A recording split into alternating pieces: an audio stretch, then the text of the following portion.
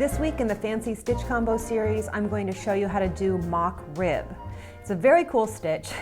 Parker just asked me, why would you want to do a mock rib? Well, this is a stitch that's going to look like rib, but it's going to lie really flat. Let's go ahead and take a look. Here I have a little hat that's knit in regular rib, and this is very, very stretchy. This is 2x2 rib, of course, which is the stretchiest in this gauge, but it's super stretchy, and you actually have to kind of pull it apart to be able to see that it's ribbed. But when it's on somebody's head, you see it. Okay. And here is mock rib. You get the look of a rib stitch, but it lies flat and open as if it was like a hat on somebody's head. The wrong side of the work pretty much looks like reverse stockinette. You don't get a lot of action. It is still nice looking. And this stitch, because it's flat, will be appropriate to use in dishcloths, scarves, placemats, anything that you want to lie flat. And also in the instructions in the video description below, I'll tell you how to work this stitch in the round. Here's a different gauge and a different pattern. Look how different. The only thing I did here was I worked in worsted weight yarn, size 7 needles. The other example was bulky. And I changed color every 2 rows. And I didn't cut the yarn each time. I just carried it up the side, the color I wasn't using. I just carried up the side of the work like this.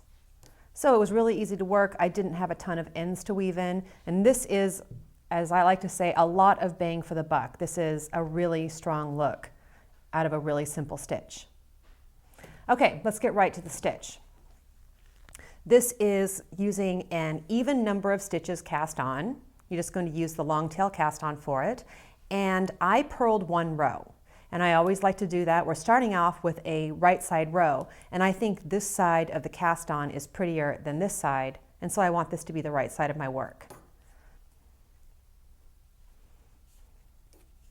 I'm going to start off, the only 2 stitches you're going to do on the right side row is knit 1, purl 1. I knit 1, I pull the yarn forward between the 2 needles to purl 1. Pull the yarn back between the 2 needles to knit 1, forward, purl 1. This is the whole combination. And if you are new to combining knits and purls in the same row, you will get a ton of practice with this row. Knit 1, purl 1, and if everything went well and you cast on the right number of stitches, you will end with a purl 1. So that's row 1. You turn your work, and every row 2 is just purling back across all the stitches.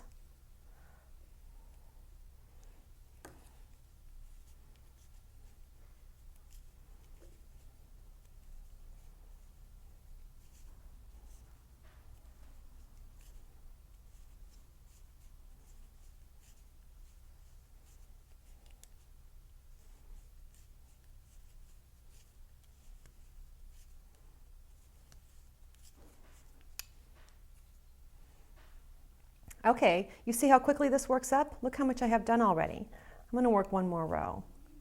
It's always the same. Knit 1, pull the yarn forward between the 2 needles to purl 1, pull the yarn back between the 2 needles, knit, forward, purl, all the way across the row.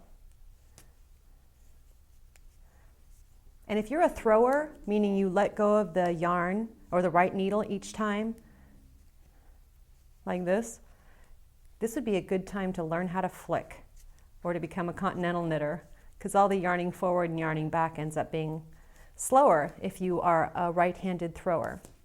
Okay, you see how much fabric we have here already? I think it's very cool. And that's it, the mock rib stitch.